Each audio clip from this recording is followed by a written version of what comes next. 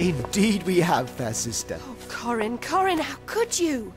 And thou and I such close friends ever since thy mother died. And what should I have said to thy royal father if I came home without thee? Would have been a cause almost of war between Archenland and Narnia, which are friends time out of mind. It was naught, playmate, very naught of thee to use us so. Where hast thou been, Corin? I don't know. There it is, Susan. I could get no tale out of him, true or false. Oh, your majesties, Queen Susan, King Edmund. When Shasta turned to look at the speaker who'd just called out, he nearly jumped out of his skin with surprise. The creature was about the same height as Shasta himself. From the waist upwards he was like a man, but his legs were hairy, like a goat's, and shaped like a goat's, and he had goat's hooves and a tail. His skin was rather red, and he had curly hair, and a short pointed beard, and 2 little horns. He was, in fact, a faun, which is a creature Shasta had never seen a picture of, or even heard of. Your majesties, his little highness has had a touch of the sun. Well, look at him. He's dazed. He doesn't know where he is. Of course. Oh, do forgive us, dear Corin. Come, sit down on these cushions. Peridan, bring him a cold drink. Yes, your highness. Lie still and keep very quiet now. There. There, that's much better. This is a curious business, and I can only wonder if it is in some way connected to our purpose here. How could it? I cannot say. A drink for the prince. Here, Corin. Drink slowly. Thank you. Good. So, what think you, madam? We have been in this city fully 3 weeks. Have you yet settled in your mind whether you will marry this suitor of yours, this Prince Rabadash, or no? No, brother. Not for all the jewels in Tashbaan. Truly, sister, I should have loved you the less if you had taken him. And I tell you that at the first coming of Tisrock's ambassadors into Narnia to speak of this marriage, and later, when the prince was our guest at Caer Paravel, it was a wonder to me that ever you could find it in your heart to show him so much favour. That was my folly, Edmund, of which I cry you mercy. Yet, when he was with us in Narnia, truly this prince bore himself in a different fashion than he does now in Tashbaan. For I take you all to witness what marvellous feats he did in that great tournament, and how meekly and courteously he consorted with us the space of 7 days. But here, in his own city, he has shown another face. Yes, it's an old saying, see the bear in his own den before you judge of his conditions. Yes, we have now seen him for what he is, a most proud, bloody, luxurious, cruel, and self-pleasing tyrant. Then in the name of Aslan, let us leave Tashbaan this very day. There's the rub, sister. For now I must open to you all that has been growing in my mind these last 2 days and more. Peridan, of your courtesy, look to the door and see that there is no spy upon us. Yes, your highness. All is well. We must be secret. Sallowpad, draw near. I have need of your counsel. This was another surprise for Shasta. A large raven, which had been sitting by the window, suddenly leapt from its place and, moving towards the others, said, Yes, your highness. Edmund, what is it? There is something dreadful in your face. My dear sister, and very good lady, you must now show your courage. For I tell you plainly, we are in no small danger. What is it, Edmund? It is this. I do not think we shall find it easy to leave Tashbaan. While the prince had hoped that you would take him, we were honoured guests.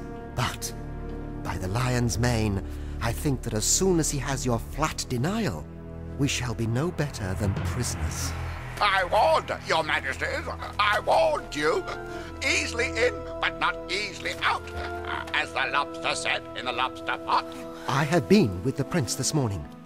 He is little used to having his will crossed, and he is very chafed at your long delays and doubtful answers. This morning, he pressed very hard to know your mind. I put it aside, meaning at the same time to diminish his hopes with some light common jests about women's fancies, and hinted this suit was likely to be cold. He grew angry and dangerous.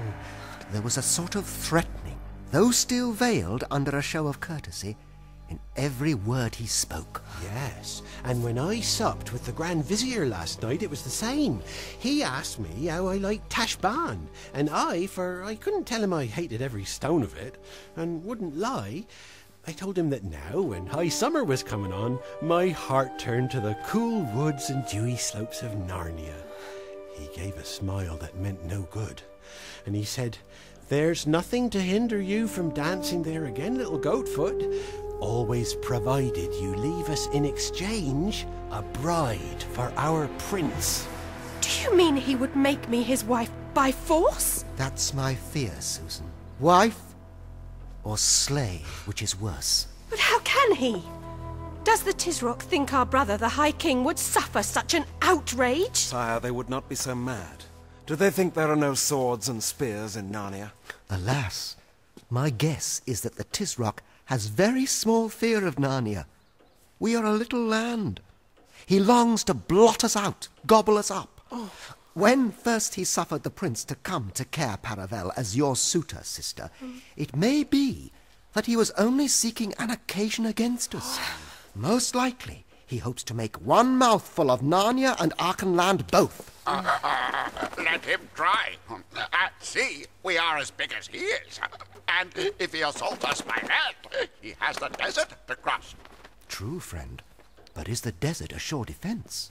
I know the desert well, for I have flown above it far and wide in my younger days. Oh. And this is certain. If the Tisroc goes by the great oasis, he can never lead a great army across it into Archenland. But there is another way. Starting from the tombs of the ancient kings and riding northwest, so that the double peak of Mount Fire is always straight ahead. And so, in a day's riding or a little more, a traveler shall come to the head of a stony valley, which is so narrow that a man might be within a furlong of it 1,000 times and never know it was there. And looking down this valley, he will see neither grass, nor water, nor anything else good. But if he rides on down it, he will come to a river and can ride by the water all the way to Archenland. Do the Kalormans know of this western way? Friends! What is the use of all this discourse? We are not asking whether Narnia or Kalorman would win if war arose between them. We are asking how to save the honor of the Queen and our own lives out of this devilish city. For though our brother Peter the High King might defeat the Tisroc 12 times over, yet long before that day our throats would be cut, and Queen Susan would be the wife, or more likely, the slave of this prince. We have our weapons, King, and this is a reasonably defensible house. I do not doubt that every one of us would sell our lives dearly for the Queen. Yes. But we should be merely rats fighting in a trap when all's said. I am the cause of all this. If only I had never left Cair Paravel. Courage, Sue, courage. Remember... But what is the matter with you, Mr. Tumnus? Don't speak to me. Don't speak. I'm thinking. Oh, I'm thinking so hard I can hardly breathe. Wait. Do wait. The only difficulty is how to get down to our ship, with some stores too, without being seen and stopped. Yes. Just as the beggar's only difficulty about riding is that he has no horse. Wait. You see, all we need is some pretext for going down to our ship today and taking stuff on board. Yes? Well then, now, how would it be if your majesties invited the prince to a great banquet to be held on board our own galleon tomorrow night? And let the message be worded as graciously as the queen can contrive without pledging her honour, so as to give the prince a hope that she is weakening. That is very good counsel, sire. You see, then everyone will expect us to be going down to the ship all day, making preparations for our guests. And let some of us go to the bazaars and spend every minute we have at the fruiterers and the sweetmeat sellers and the wine merchants, just as we would if we were really giving a feast. And let us order magicians and jugglers and dancing girls and flute players, all to be on board tomorrow night. I see, I see. And then we'll all be on board tonight. And as soon as it's quite dark... Up sails and out oars. And our nose northward. Yes! Oh, Master Tumnus, you have saved us all. Oh, though the prince will chase us. That's the least of my fears. I have seen all the shipping in the river, and there's no tall ship of war nor swift galley there. I wish he may chase us, for our beautiful Splendor Hyaline could sink anything he has to send after her, if we were overtaken at all.